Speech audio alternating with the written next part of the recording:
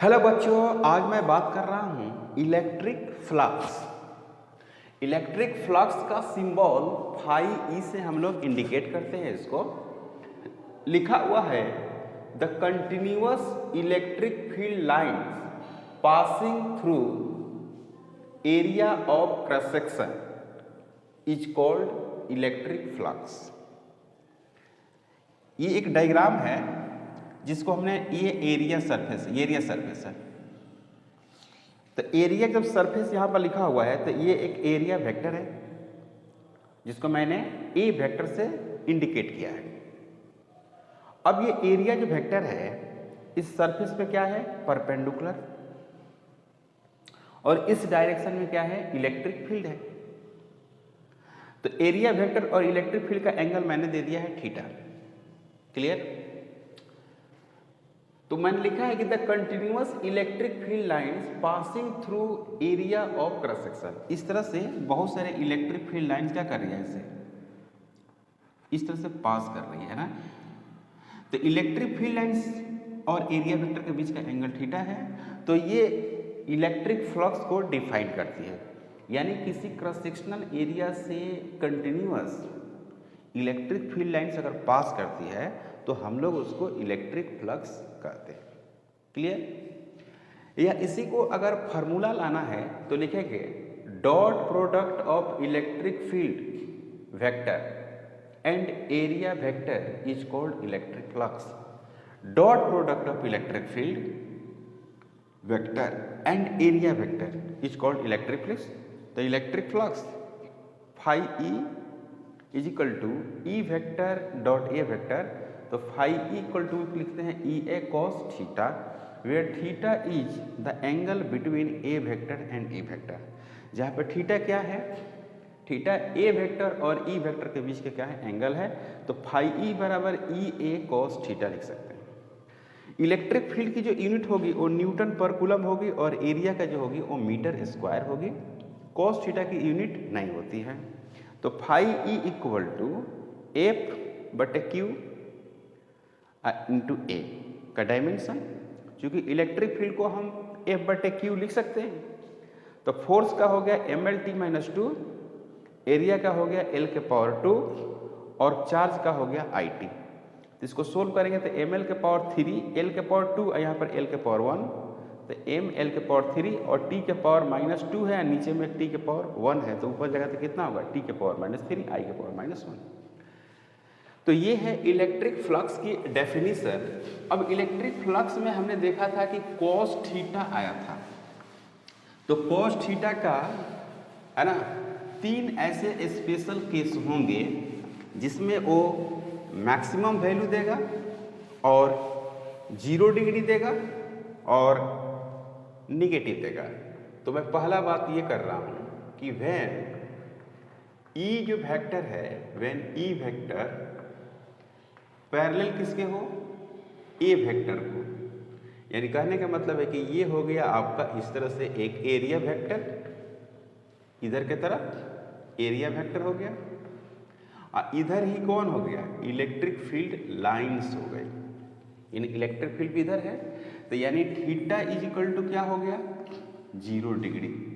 Theta equal to क्या लिखेंगे, 0 degree. तो यहाँ पर हो गया फाई जो ई है वो क्या होगा बच्चों, ई ए अकॉस theta, E A cos 0 degree, यानी ई ए मैक्सिमम आएगा। फाई ई इक्वल टू क्या आएगा, मैक्सिमम। इसको हम लोग बोलेंगे मैक्सिमम वैल्यूज। क्लियर है? अब बात करते हैं क्या कि जब एरिया जो वेक्टर है वो इलेक्ट्रिक फील्ड पे परपेंडिकुलर, दूसरा है कि व्हेन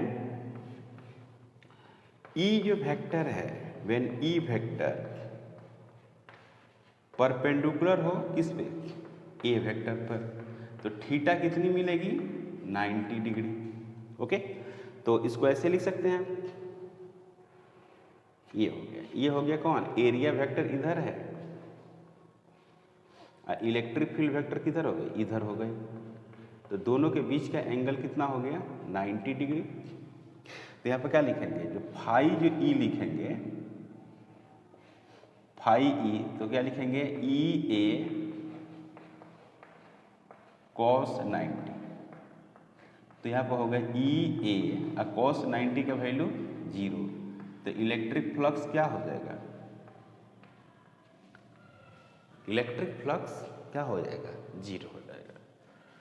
थर्ड में है कि when electric field area vector, मतलब ए वेक्टर एंटी पैरेलल किसके हो, ई वेक्टर के, when area vector and electric vector are anti parallel to each other, तो थीटा इज इक्वल टू कितना होगा 180 डिग्री, तो जो फाई जो ई होगा वो क्या होगा ई ए कॉस कितना 180 डिग्री है ना, तो यहाँ पर क्या हो जाएगा ई ए माइनस कितना 1, तो माइनस ई इंटू क्या लिखिएगा ये लिखिएगा, ये हो गया फाई ई हो गया। तो फाई ई बराबर ई ए, यहाँ पर क्या हो गया 0 और यहाँ पर क्या हो गया माइनस ई ए। इसका मतलब क्या हुआ कि जो एरिया जो वेक्टर होगी, एरिया वेक्टर वो किधर है, इधर है इस केस में, और इलेक्ट्रिक फील्ड किधर है बच्चों, इधर है, इलेक्ट्रिक फील्ड इधर हो गया। तो ये हम क्या होगा मिल गया इलेक्ट्रिक फ्लक्स, को डाउट यहाँ पर है।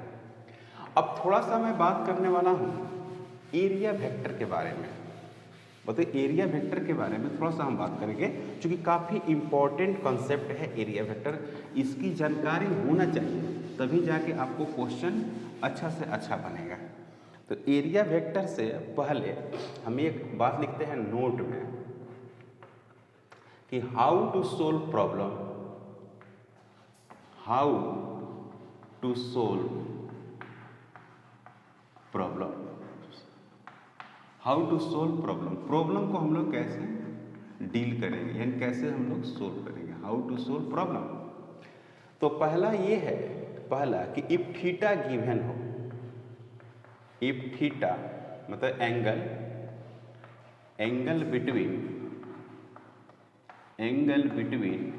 E vector and A vector,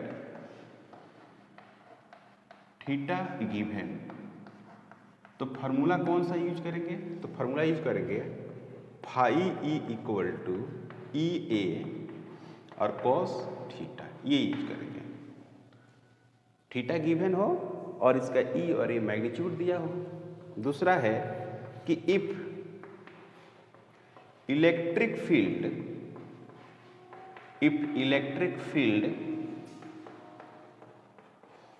and area vector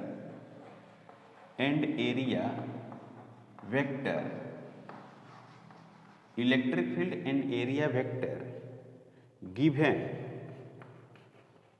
in terms of, given in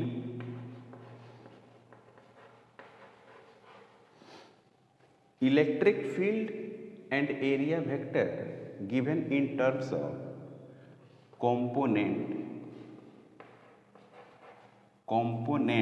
and vector form, component and vector form। Component और वेक्टर फॉर्म में अगर दिया हो, जैसे मान ली ई इस तरह से दिया हो, E equal to E x I cap plus E Y J cap plus E Z के cap, A vector equal to दिया हो बच्चों A x I cap plus A Y J cap plus A Z के cap, इस तरह से दिया हो। तो इसका जो फ्लक्स जो लिखेंगे वो कैसे लिखेंगे, ई एक्स आई कैप ई वाई जे कैप ई जेड के कैप और डॉट लिखेंगे, dot A x I cap A Y J cap A Z के कैप, इस तरह से लिखेंगे ई एक्स आई कैप ई वाई जे कैप ई जेड के cap dot A x I cap A Y J cap A Z के cap. तो इसको जब डॉट करेंगे तो आई वाला का डॉट 1 होगा, जे और जे वाला का डॉट 1 होगा और के डॉट 1 होगा, रिमेनिंग डिफरेंट जो वेक्टर होंगे उनका अगर आप डॉट करते हैं तो 0 होता है। तो इसकी और इसकी करेंगे तो आपको मिलेगा EX, और यहाँ पर क्या मिलेगा AX, फिर क्या मिलेगा EY, और क्या मिलेगा AY, और क्या मिलेगा EZ, और क्या मिलेगा AZ। EX AX plus EY AY plus EZ AZ, ये आंसर होगा। तो इस तरह से हम लोग क्वेश्चन को सॉल्व करेंगे। क्लियर है? याद रखेंगे जब भी आपको एंगल दिया रहेगा तो इस फार्मूला का इस्तेमाल करेंगे। अगर एंगल न दिया हो और इलेक्ट्रिक फील्ड और एरिया वेक्टर दिया हो यूनिट वेक्टर के टर्म में, तो हम लोग क्या लिखेंगे, डॉट प्रोडक्ट के फॉर्म में लिखेंगे। याद रखेंगे किसके फॉर्म में लिखेंगे बच्चों, डॉट प्रोडक्ट के टर्म में लिखेंगे, ये हमेशा याद रखिएगा। ओके, अब हम बात करते हैं बहुत इंपॉर्टेंट कंसेप्ट एरिया वेक्टर। बहुत बढ़िया है और बहुत इंपॉर्टेंट कंसेप्ट है area vector. Area vector, okay, मैं बात कर रहा हूं एरिया वेक्टर के। लिखा हूं कि area vector is smallest part of area which is perpendicular to the surface of plane. Plane का मतलब होता है XY। अगर XY पे परपेंडिकुलर देखा जाए तो Z की तरफ होगा, अगर Y Z की तरफ परपेंडिकुलर देखा जाए तो X की तरफ होगा, अगर Z X की तरफ परपेंडिकुलर देखा जाए तो Y की तरफ होगा। ठीक है, क्योंकि आपको पता है कि X Y और Z ये तीनों एक दूसरे पर परपेंडिकुलर है और किसी दो कोऑर्डिनेट को हम लोग प्लेन कहते हैं। जैसे X और Y एक प्लेन हो गई, अगर XY पे कोई बॉडी रखी हुई है तो उसकी डायरेक्शन Z की तरफ होगी, क्योंकि X और Y पे परपेंडिकुलर क्या है, Z है। Clear? Area vector is smallest part of area which is perpendicular to the surface of plane. जैसे मान लीजिए कि X और Y है और इसका अपना कुछ एरिया होगा, ये सतह का कुछ एरिया होगा, ऐसे जैसे सतह है, तो मैंने माना है कि इसकी जो एरिया है वो कैपिटल A है। तो A की जो डायरेक्शन है वो किधर है बच्चों, Z की तरफ है, Z की तरफ, मतलब कि A की डायरेक्शन। क्यों? क्योंकि ये जो सरफेस है वो X और Y प्लेन पर है। X और Y पर कुछ X कवर किया है और कुछ Y कवर किया है। Z तो आपके तरफ है, तो इस Z ने कुछ कवर किया नहीं है, वो इस सरफेस का पार्ट Z में कवर नहीं किया हुआ है, इसकी डायरेक्शन किधर होगी, Z, परपेंडिकुलर है ना। जैसे मान लीजिए ऐसे है तो बड़ा तो ऐसे है, तो ये X हो गई, ये Y हो गई और ये वेक्टर हो गई एरिया वेक्टर। अब इसको देखो, इसको ये है कैसे, पहले देख लो। इधर भाई X है, इधर क्या है, Y है, और Z किधर है, Z आपके तरफ है। देखो ऐसे है, Z आपके तरफ है, तो Z ऐसे है, तो ये कैसे निकलेगा, ऐसे निकलेगा, ऐसे। तो इसकी क्या होगी, लंबाई भी होगी, और क्या होगी, इधर की तरफ निकलेगा तो चौड़ाई भी होगी। तो इसकी लंबाई कितनी है, B है, और इसकी चौड़ाई कितनी है, A है। तो ऐसे जब ये दिखेगा ऐसे, तो इसका एरिया किधर होगा, इधर, या इसका एरिया इधर होगा। अब इसका एरिया इधर होगा कि इधर होगा, जिधर से देखोगे उधर होगा। अब इस दीवार की एरिया किधर होगी, आपके तरफ होगी कि नहीं होगी। अगर इसको आप, इस बोर्ड को आप देख रहे हो इधर से देख रहे हो तो इसकी एरिया इधर आपकी तरफ हो गई। अगर उधर से देखोगे, दीवार के उस तरफ से जाके देखोगे तो उसकी एरिया कहाँ हो जाएगी, उधर हो जाएगी। क्लियर? तो इसकी एरिया क्या हो गई, A vector is equal to AB length गुणा ब्रेथ, और किधर लिखा हुआ है K कैप, हाँ सॉरी I कैप, किधर है, I कैप है, मतलब कि इसका एरिया इधर होगी या इधर होगी। अब यहाँ देखिए सर्कल है, तो ये कौन सा प्लेन में है, X और Y प्लेन में है, इसकी एरिया किधर होना चाहिए, Z में। तो A वेक्टर बराबर पाई आर स्क्वायर, सर्कल का एरिया पाई आर स्क्वायर और K कैप। ये कौन सा प्लेन में है, YZ प्लेन में है। ये कौन सा प्लेन कहलाएगा, YZ प्लेन कहलाएगा बच्चों, Y और Z प्लेन में है, तो इसकी एरिया उसी के हिसाब से होगी। तो मैंने बात किया अभी एरिया वेक्टर के बारे में, थोड़ा सा मैंने बात किया कि एरिया वेक्टर क्या होती है और इसको कैसे हम लोग कैलकुलेट करेंगे। तो एरिया वेक्टर पॉजिटिव भी होगी और निगेटिव भी होगी, याद रखना भाई कि एरिया जो वेक्टर होगी वो पॉजिटिव नेगेटिव होगी, यानी एरिया जो वेक्टर है, area vector positive and negative, area vector positive and negative. Net जो एरिया वेक्टर है, net area vector, net area vector always क्या होगा, always zero. Net area vector जो होगी वो ऑलवेज क्या होगी, जीरो होगी।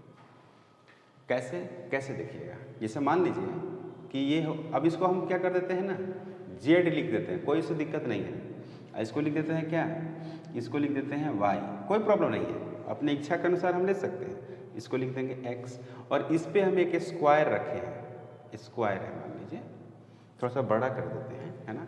मान लीजिए कि ये स्क्वायर है, इसको स्क्वायर बना दिया, ये भी साइड ए, ये भी साइड ए, ये भी साइड ए, ये भी साइड ए। अब इसको क्या करते हैं, ये x किधर है, आपकी तरफ है, आपकी तरफ है, तो जैसे x को इधर आप करोगे तो ये क्या हो जाएगा, इस तरह से हो जाएगी ना। तो इसका मान लीजिए कि ऑब्जर्वर यहाँ पर एक फर्स्ट ऑब्जर्वर है, इधर ये देख रहा है, ठीक है ना, इधर ये देख रहा है, और एक ऑब्जर्वर किधर देख रहा है, O2 है जो इधर की तरफ देख रहा है। ये ऑब्जर्वर इधर देख रहा है, तो इसके लिए एरिया कहाँ मिलेगी, इधर मिलेगी, इसके लिए एरिया कहाँ मिलेगी, इधर मिलेगी, सरफेस एरिया। तो फॉर O1 के लिए बात करें, फॉर O1 फर्स्ट ऑब्जर्वर, तो ए वेक्टर और क्या होगा, ए का स्क्वायर और क्या मिलेगा, जे का, इधर की तरफ दिखाई देगा, इधर की तरफ, इधर कौन है, वाई, तो जे कैप होगा। और इसके लिए किधर दिखाई देगा, इधर दिखाई देगा। तो फॉर अगर हम बात करें, फॉर O2 की बात करें, तो यहाँ पर होगा A vector is equal to A minus कितना हो गया, जी। तो इसका एरिया वेक्टर हो गया, नेट एरिया वेक्टर क्या हो गया, जीरो हो गया। A vector square i cap plus A का square minus j cap is equal to zero. A square J cap plus A square minus j cap तो हो गया क्या, जीरो। लेकिन एरिया जो है, एरिया वो क्या होगी, ए स्क्वायर होगी, ये कभी जीरो नहीं होती है, एरिया कभी जीरो नहीं होगी, लेकिन एरिया वेक्टर जीरो होगी। तो ये रहा कंसेप्ट एरिया वेक्टर के बारे में। अब हम क्या करेंगे, इस पे क्वेश्चन करेंगे, बहुत सारे क्वेश्चन हमको करना है। देखिए, तो मैं बहुत इंपॉर्टेंट क्वेश्चन लिख रहा हूँ और इसको सोल्व करता हूँ। यही क्वेश्चन है ना, मेरे पास एक क्वेश्चन है, find electric plus E vector दिया हुआ है अलोंग एक्स एक्सिस। ओके, अब ये देखिए, इसकी एक एरिया होगी, आपको पता ही है, इसकी एरिया कहाँ होगी, बिल्कुल ऊपर होगी, और कितनी होगी, ए स्क्वायर। अगर साइड सब क्या है, ए है, तो ए स्क्वायर और क्या हो जाएगी, जे कैप, उधर होगा। इसकी अगर हम बात करें एरिया, इसकी एरिया तो किधर होगी, इधर होगी, और क्या होगी, ए वेक्टर, इसकी भी एरिया होगी ए स्क्वायर और क्या होगी, आई कैप। इसकी अगर हम बात करें, इसकी ये वाला सरफेस एरिया, तो इसकी भी एक एरिया होगी जो सीधे नीचे होगी, इसके बस अपोजिट, और क्या होगी बच्चों, ए square minus j cap. Clear है। इसकी अगर हम बात करें, ये पूरा सरफेस एरिया है ना, ये वाला पूरा सरफेस एरिया, तो इसकी एरिया एक इधर होगी जो ए स्क्वायर होगी और माइनस क्या होगी, आई कैप, माइनस आई कैप इसकी एरिया वेक्टर होगी। और एक जो एरिया है ये वाली, वो आपके तरफ भी है और एक एरिया अंदर भी है। कितना एरिया दिखाया, 1 2 3 4, एक आपके तरफ है 5, एक बोर्ड के अंदर है 6। करेक्ट नहीं ना। इसका हम नाम क्या देते हैं, 1, इसका नाम दे देते हैं 2, इसका नाम देते हैं 3, और ये 3 हो गया, इसका नाम दे देते हैं 4, और जो आपके तरफ है उसका नाम दे देते हैं 5, और जो अंदर के तरफ है उसका नाम दे देते हैं 6। कोई डाउट यहाँ तो नहीं है। तो अगर हम बात करें फाई 1 का, ध्यान दीजिएगा, फाई 1 का, तो फाई 1 का हम बात करें तो इलेक्ट्रिक फील्ड ये है, E naught I cap dot A square J cap. तो यहाँ पर लिखेंगे ई नॉट ए स्क्वायर और I dot J is equal to क्या होता है 0। तो E naught A square into 0, तो ये हो गया 0। ऐसे भी कर सकते हैं कि इलेक्ट्रिक फील्ड इधर जा रही है, एरिया वेक्टर इधर, फ्लक्स 0। क्लियर?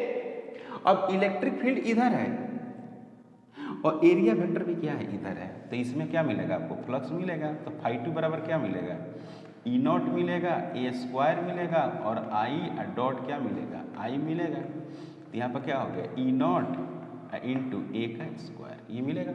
अब कोई पूछे कि φ3 क्या होगा, तो एरिया वेक्टर कहाँ है नीचे है, इलेक्ट्रिक फील्ड कहाँ है इधर है, दोनों एक दूसरे पर परपेंडिकुलर हो गया, तो जे डॉट आई क्या हो जाएगा 0 हो जाएगा। कोई पूछता है कि भाई इलेक्ट्रिक फील्ड इधर है, इलेक्ट्रिक फील्ड इधर है, सॉरी इलेक्ट्रिक फील्ड इधर है, एरिया वेक्टर इधर है, तो क्या हो जाएगा इसमें φ4। तो अगर मैं बात करूं क्या φ4 की, अगर हम बात करें φ4 तो यहाँ पर मिलेगा φ4, तो जो φ4 का जो वैल्यूज है वो ई नॉट मिलेगा और फिर क्या मिलेगा ए स्क्वायर मिलेगा, फिर आई मिलेगा इंटू माइनस आई मिलेगा is equal to minus E naught मिलेगा। ओके, और उसके बाद क्या हो गया, अगर 5 की हम बात करें तो क्या मिलेगा 0। एरिया वेक्टर का आपके तरफ, इलेक्ट्रिक फील्ड किधर है इधर, दोनों एक दूसरे पर परपेंडिकुलर, तो 0 हो गया। अब यहाँ पर देखिए फाई जो है 6, एरिया वेक्टर कहाँ है अंदर, इलेक्ट्रिक फील्ड किधर परपेंडिकुलर, तो यहाँ पर क्या हो गया 0। तो ये सारी फ्लक्स हो गई। अब हम बात करें कि सबका अलग अलग फ्लक्स निकाल दिया। अब कोई कहे कि नेट फ्लक्स क्या है, नेट फ्लक्स, तो नेट फ्लक्स 0 चूंकि नेट एरिया वेक्टर 0। तो यहाँ पर लिखेंगे क्या φ1 φ2 φ3 φ4 φ5 φ6। तो φ1 क्या है 0, ये है आपको ई नॉट इंटू ए का square plus 0 minus E naught into A का स्क्वायर प्लस 0 और प्लस 0, तो ये हो गया आपको, ये प्लस में है और ये माइनस में है, तो ये हो गया 0। तो नेट फ्लक्स का आंसर 0 आया और ईच में फ्लक्स ये आया। क्लियर है, कोई डाउट यहाँ तक नहीं? ओके, तो इसको आप देख लो, कोई भी डाउट हो तो आप कमेंट जरूर करो, है ना, कमेंट करके पूछो कि भाई हमको क्या डाउट है। नेक्स्ट क्लास में हम लोग अच्छे से अच्छे क्वेश्चंस के डिस्कशन से स्टार्ट करेंगे। अगर आप हमारे चैनल पर नए हैं प्लीज़ सब्सक्राइब करें, शेयर करें, कमेंट करें। डिस्क्रिप्शन में मैं आपको 9th क्लास का भी पढ़ाता हूं और 10th का भी पढ़ाता हूं। ओके, और एक साइंस का शॉर्ट्स भी मैं डालता हूं, अलग अलग चैनल बनाया हूं। 9th धर्म सर 9th क्लासेस साइंस का, और धर्म सर 10th साइंस का, और धर्म सर शॉर्ट साइंस का, इस तरह से बनाए हुए हैं। और आपको ये तो चैनल आपको मालूम ही है कि फिजिक्स के धर्म सर फिजिक्स के नाम से इसको बनाया हूँ मैं, जो 11th 12th और जेईई मेन। अगर आप हमारे चैनल पर नए हैं प्लीज़ सब्सक्राइब करें, शेयर करें। Thank you.